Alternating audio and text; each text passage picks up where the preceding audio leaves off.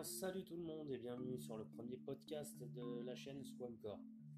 Alors, je vais faire une petite présentation. Moi, c'est Thomas, j'ai 30 ans, j'habite en Champagne-Ardenne. Je suis passionné de terrariophilie, de reptiles et de paléontologie. Donc, j'aime bien tout ce qui touche au monde des reptiles, qu'ils soient éteints ou vivants. Et j'ai décidé de faire cette chaîne de podcast parce que c'est plus simple à mettre en œuvre que des vidéos et au moins je peux aborder des sujets qui demanderont des explications un peu plus poussées que les vidéos sur YouTube où il n'y a pas forcément la possibilité de mettre des photos ou des parties de vidéos parce qu'elles sont sous licence. Donc pour ce premier épisode, j'ai décidé d'aborder le thème du certificat de capacité et de l'autorisation d'ouverture d'établissement.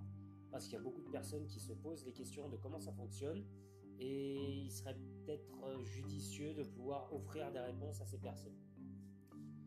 Donc, on va commencer par le certificat de capacité. Le certificat de capacité, qu'est-ce que c'est ? Eh bien, c'est tout simplement une reconnaissance de vos connaissances théoriques et pratiques sur certaines espèces que vous voulez acquérir. Donc, reconnaissance théorique parce que vous allez être obligé d'établir une liste et de la présenter à votre DDCSPP en commission. Donc, DDCSPP, c'est la Direction départementale de la cohésion et de la sécurité des populations. Voilà, c'est eux qui s'occupent de ça. Et qu'est-ce que je disais du coup ? Vous allez être obligé donc du coup de présenter cette liste à votre DDCSPP en détaillant vos conditions de maintenance et vos connaissances sur chacune des espèces que vous voudrez acquérir. Et connaissances pratiques, parce que pour pouvoir passer votre certificat de capacité, je parle dans le cadre où vous n'avez pas de diplôme dans le secteur animalier, dans le secteur de l'élevage. Pour passer votre certificat de capacité, vous êtes obligé de prouver minimum 3 ans d'expérience sur la famille de reptiles que vous voulez acquérir, donc 3 ans d'expérience avec des serpents, 3 ans d'expérience avec des lézards, 3 ans d'expérience avec des arthropodes minimum, et ça juste sur la famille que vous voulez déposer votre CDC, et d'une formation de 70 heures. Donc ça peut se passer chez un capacitaire qui va vous délivrer une attestation de formation ou alors chez des centres de formation qui font ça quasi toute l'année. Et c'est ce qui va prouver vos connaissances pratiques. Bon, au bout de 70 heures, vous n'allez pas tout savoir sur toutes les espèces, mais au moins vous pourrez prouver que voilà, vos 3 ans plus les 70 heures, vous avez quand même des bases solides au niveau de la famille que vous allez demander et vous allez pouvoir entretenir correctement vos animaux. En théorie, je dis bien en théorie, parce qu'il y a des capacitaires qui ne savent pas entretenir leurs animaux et ça, je trouve ça dramatique. Mais c'est un autre débat. Donc une fois que vous êtes passé devant cette commission pour votre CDC et votre AOE, ils vont vous envoyer une réponse qui va être soit positive, soit avec des réserves, soit refusée. Et ils vont vous détailler le pourquoi du comment. Si jamais vous avez des réserves ou un refus, il faudra les contacter directement et eux vous expliqueront le pourquoi du comment il y a eu des réserves d'émises ou des refus. D'accord ? L'autorisation d'ouverture d'établissement, c'est le Saint Graal. C'est-à-dire que le CDC, c'est bien. On vous reconnaît des connaissances théoriques et pratiques pour certaines espèces. Mais sans l'autorisation d'ouverture d'établissement qui va avec ce CDC, vous ne pouvez rien faire. Donc l'autorisation d'ouverture d'établissement, qu'est-ce que c'est ? C'est tout simplement une reconnaissance de la part de la DDCSPP et de l'OFB, comme quoi vos structures sont bien adaptées pour les espèces que vous avez demandées et que vous allez acquérir. Vous pouvez acquérir en fonction d'un certain nombre, donc ça ils le préciseront, et en fonction de certaines espèces, ça c'est pareil, ils vous le préciseront. Je vous donne un exemple. Je demande du python réticulé sur mon certificat de capacité et mon AOE. Sur le CDC, il est validé. Mais sur l'AOE, il n'est pas validé parce que je n'ai pas les structures adéquates au bon maintien de cette espèce. Donc, sur mon certificat de capacité, je suis capacitaire pour cette espèce, mais je ne peux pas la maintenir chez moi. Du coup, je me retrouve un peu baisé. Excusez-moi l'expression, mais je me retrouve un peu baisé. Comment faire ? Eh bien, dans ce cas-là, il faut que vous contactiez votre DDCSPP et l'OFB, que vous leur demandiez les raisons de ce refus sur l'AOE. Ils vont vous expliquer et ensuite à vous de faire les choses pour pouvoir avoir cette espèce. Maintenant, on va passer à un sujet qui est un peu plus dire, un peu moins partagé sur les réseaux sociaux, mais à savoir les structures. Alors oui, on voit des photos de terrariums naturels, des terrariums qui sont biologiques, des terrariums qui sont beaux, qui sont magnifiques, mais c'est pas ce qu'on va vous demander sur l'AOE et le CDC. Sur l'AOE et le CDC, on va vous demander que vos installations soient sécurisées, que vous respectiez des consignes d'hygiène et de salubrité, et que les animaux puissent y vivre en tout bien-être et être correctement traités, d'accord?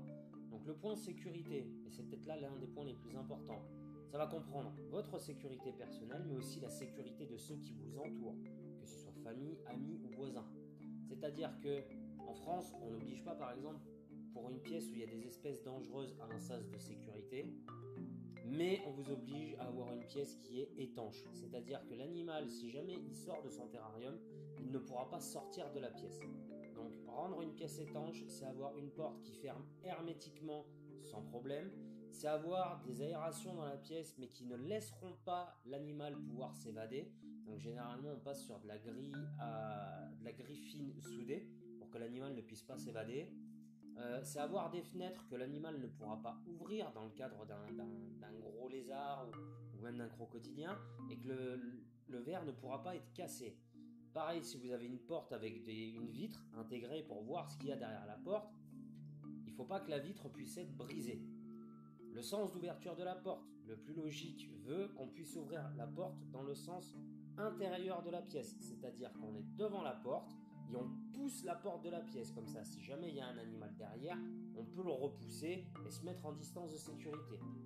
Pareil, des extincteurs dans la pièce, ça vous sera demandé aussi, puisque si jamais vous avez un départ de feu, à cause d'un matériel défectueux, il faut pouvoir intervenir très vite pour sauver les bêtes, mais aussi pour sauver votre pièce et votre maison si la pièce est dans votre maison. On va vous demander aussi d'avoir un moyen de communication dans la pièce si jamais vous maintenez des espèces qui sont dangereuses ou des espèces qui sont dangereuses, voire mortelles. Donc là, c'est pareil, un téléphone fixe dans la pièce. Pourquoi un fixe? Parce qu'avec un fixe, on a toujours du réseau, mis à part si les lignes télécom sont en travaux. Mais ça, il faudra vraiment que vous n'ayez pas de chance. Alors qu'avec un téléphone portable, ça peut être plus compliqué selon où on est. Donc un téléphone fixe dans la pièce. Après, il n'y a pas réellement de directive vis-à-vis de la sécurité de votre pièce, mais c'est le point le plus important. Il faut que tout soit étudié pour que vous soyez en sécurité, que vos animaux aussi, mais surtout votre entourage soit en sécurité. Moi, comme je dis à ma compagne, c'est ma passion, c'est moi qui prends la décision de me mettre en danger si jamais je veux acquérir des espèces dangereuses. Mais je ne dois pas oublier que je ne dois pas te mettre en danger. Voilà, c'est une prérogative primordiale. Vous, que vous vous mettiez en danger par passion, vous connaissez les risques. Mais vous ne devez pas mettre en danger votre entourage qui, lui, n'a parfois rien demandé, et ça évitera des accidents dramatiques comme il y a pu y avoir dans le passé. Voilà, donc la sécurité. Ah oui, et petite astuce aussi, ne laissez pas traîner un seul câble électrique dans lequel un animal pourrait s'empêtrer, se blesser et provoquer des dégâts. Les câbles électriques, vous les foutez tous dans des gaines protégées où les animaux ne pourront pas y accéder. Pareil, les terrariums, si jamais vous avez un animal qui se barre, il faut penser, est-ce que l'animal va pouvoir aller glisser dessous? Est-ce que je vais pouvoir aller le récupérer? Est-ce qu'il va pouvoir se glisser derrière? Est-ce que je vais pouvoir aller le récupérer? Tout ça, c'est à réfléchir et à cogiter. Donc ça, c'était le point sécurité. Maintenant, la partie hygiène et salubrité. Alors, partie hygiène, parce que oui, les reptiles sont des potentiels vecteurs de zoonoses. C'est des maladies qui vont se transmettre du reptile à l'être humain et qui peuvent être mortelles. Donc, c'est votre rythme de nettoyage des terrariums, votre façon de nettoyer votre terrarium, quels produits vous allez utiliser pour les nettoyer, où est-ce que vous allez stocker les déchets, comment vous allez traiter les déchets, avec quoi vous allez pouvoir désinfecter votre outillage, tout ça, qu'est-ce qui va vous servir? Ça, c'est pareil, il faut le détailler, il faut l'installer dans votre pièce, c'est important. Je pense que même sans CDC, c'est d'une importance capitale. Un terrarium, ça se nettoie fréquemment. On enlève les déjections dès qu'elles y sont, on enlève les mues dès qu'elles y sont. Moi, personnellement, je vide tous mes terrariums et je nettoie à fond le terrarium tous les 3 mois pour être tranquille. Donc oui, ça demande d'acheter du substrat et ça demande un budget au niveau produit d'entretien, mais c'est impératif. Pareil, avoir une arrivée d'eau et une évacuation d'eau, dans la pièce d'élevage. Ça peut être très très utile, et voire c'est même capital, puisqu'on ne va pas nettoyer nos bacs, nos bassins, là où on va nettoyer la vaisselle, d'accord? Niveau hygiène, il y a mieux. Donc avoir votre propre bac où vous pouvez nettoyer tout ça. Après, bien sûr, vous pouvez nettoyer vos décors, vos produits, vos ustensiles. Vous pouvez les mettre à désinfecter dans un bac qui est à part et virer l'eau dans les chiottes. Mais bon, pour une question de pratique, quand on bosse avec les animaux comme ça, c'est mieux d'avoir une arrivée d'eau dans sa pièce. Et le dernier point, c'était le bien-être des animaux. Alors, quand je dis bien-être des animaux, les serpents, là je vais m'adresser que pour les serpents, parce que moi je suis dans le serpent, je fais pas de saurien, je fais pas de chélonien. Les arthropodes, j'en fais un petit peu, mais c'est pas la même chose. Donc les serpents, c'est quand même des animaux qui ont besoin de bouger, qui ont besoin d'un espace. Moi, ma conception, c'est des rats c'est pour la quarantaine et c'est pas pour le maintien de spécimens adultes. Et dites-vous bien que si vous commentez demander un CDC pour du molure, pour du réticulé, pour de l'Onectes, mais que vous lui fournissez l'équivalent d'un rack, c'est-à-dire du 2 mètres de long, sur 30 cm de haut, sur 40 de profondeur, ça va pas être bon pour l'animal. C'est des animaux qui ont quand même besoin de bouger. Pourquoi est-ce que je vous parle de grands constructeurs? Parce que généralement, le certificat de capacité et l'AOE, c'est demandé soit pour augmenter ses quotas. Donc là, c'est pareil, il faut réfléchir à niveau logistique. Est-ce que je suis capable de m'occuper de plus d'animaux ou pas?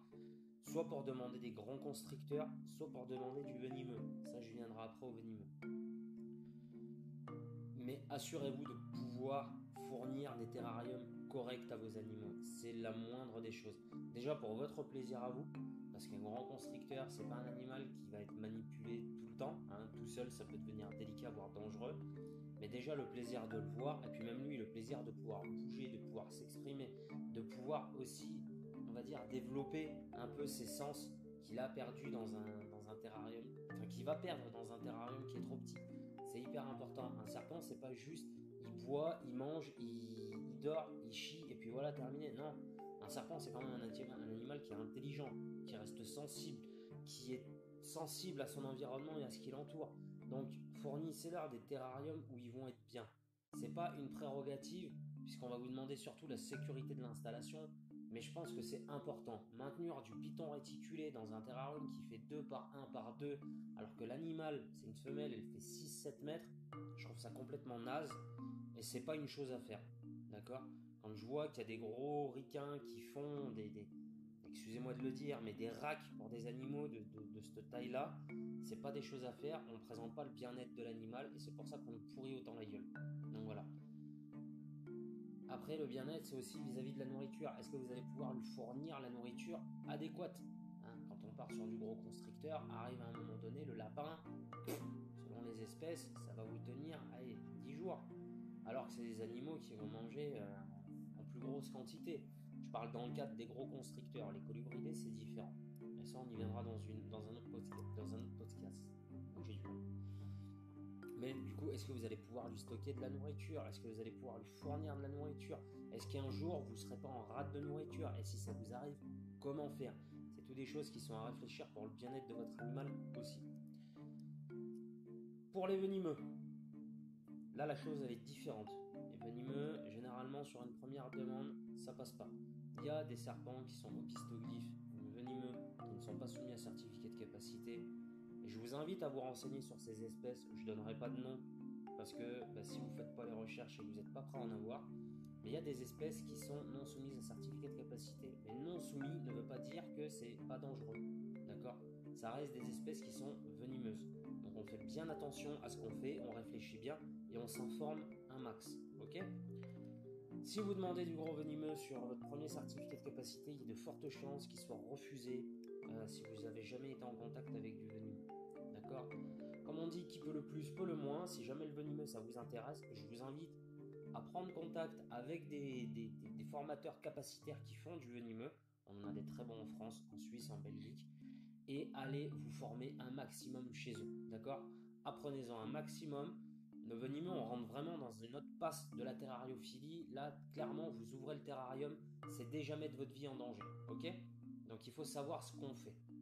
Après, une fois que vous avez fait vos formations, tout ça, que vous voulez présenter votre CDC, demandez pas non plus directement des espèces qui vont être refusés automatiquement. Je pense à du Dendroapis, donc du Aspis, donc du Mamba, du Taipan, du Equis carinatus, enfin tout ce qui va être vipéridé, tout ça.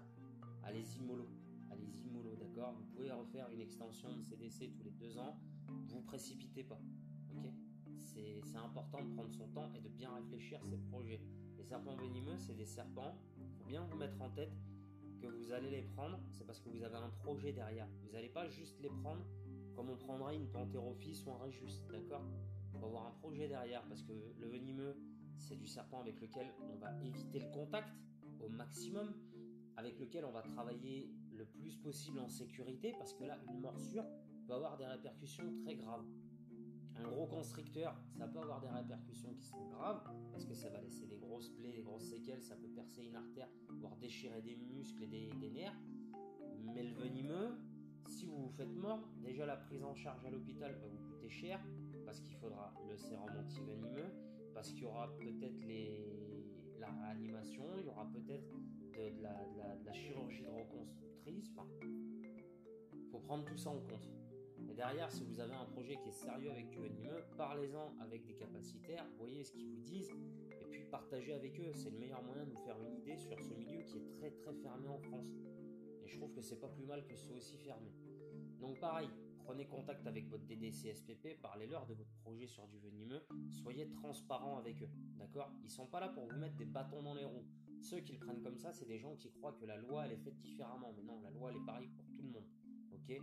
Alors, une DDC SPP qui ne respecte pas la loi, c'est pareil, elle est hors la loi. Il faut leur rappeler, mais en étant gentil, tranquille, d'accord. Ça sert à rien de vous prendre la tête. C'est des gens comme vous, comme moi, l'erreur elle arrive à tout le monde, tout le monde peut faire une erreur. Donc allez pas vous prendre la tête avec eux, ok. Vous êtes transparent, vous discutez de vos projets, vous échangez avec eux. Eux, ils vous diront clairement ce qu'ils en pensent et ce qui est faisable ou pas faisable pour eux, voire pas envisageable. Et après, c'est à vous de leur prouver que vous êtes tout à fait capable d'eux, d'accord. Que ce soit dans le cadre du venimeux ou du gros constricteur. Après, l'autre raison qui va faire que vous demandiez un CDC et une AOE, c'est l'augmentation des quotas.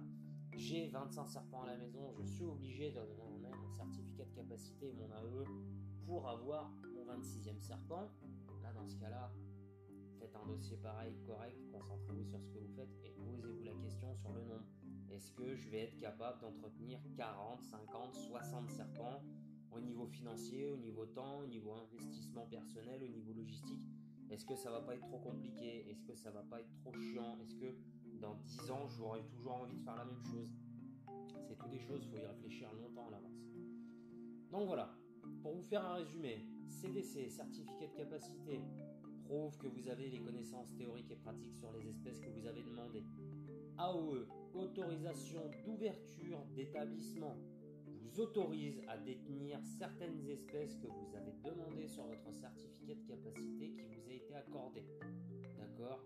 Donc, en cas de question, contactez la DDC SPP et l'OFB de votre département, contactez les capacitaires sur votre département, contactez des éleveurs professionnels aussi, si vous avez des éleveurs, enfin des éleveurs amateurs, parce que les éleveurs professionnels, c'est un peu différent, mais des éleveurs amateurs, dans le sens où vous avez de très bons éleveurs qui ne sont pas forcément capacitaires parce qu'ils ne dépassent pas les quotas ou parce qu'ils ne maintiennent pas d'espèces qui demandent le CDC là où eux. Allez les voir aussi, ça reste un bon moyen d'apprendre, d'accord. Après, vous avez les éleveurs professionnels qui vont avoir une entreprise à faire tourner. Là, ça peut être un peu plus compliqué parce que ils ont une entreprise à faire tourner, mais n'hésitez pas à aller au contact de ces gens-là et de partager avec eux, d'accord. C'est un gros problème qu'on a sur la terrario en France, le manque de partage d'informations, et c'est bien dommage parce que tout le monde a tendance à se tirer dans les pattes et je trouve ça complètement con, complètement naze. N'oubliez pas que la terrario, ça reste une passion, ça doit rester un plaisir personnel, ça ne doit pas devenir une contrainte, ça ne doit pas devenir quelque chose qui vous embête et qui vous bouffe du temps, ça doit rester quelque chose qui vous fait du bien et pour lequel vous prenez plaisir à prendre du temps, d'accord. Donc voilà, j'espère que ce petit podcast vous aura plu, je vais en faire d'autres, je vais en préparer d'autres. Si vous avez des suggestions sur des podcasts à venir, des sujets, des débats, des envies de partager tout ça, n'hésitez pas. Et puis je vous dis bon courage pour la suite, bon courage pour la fin du confinement, et on se retrouve très bientôt. A plus, ciao ciao.